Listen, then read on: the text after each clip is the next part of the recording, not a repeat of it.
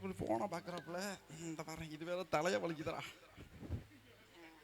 இந்த பாருங்க, இது ஆடா இருக்க போற மாதிரி இது வேற. இந்த நான் வர்றேன் கீழே. கிளப்புங்க கொஞ்சம். அப்பா இப்ப இப்படி 2 பேரும் சுய உதவி குழு இந்த மாதிரி உட்காந்துருக்கிறீங்களே, கொஞ்சம் வடிய விட்டு உட்காருங்க.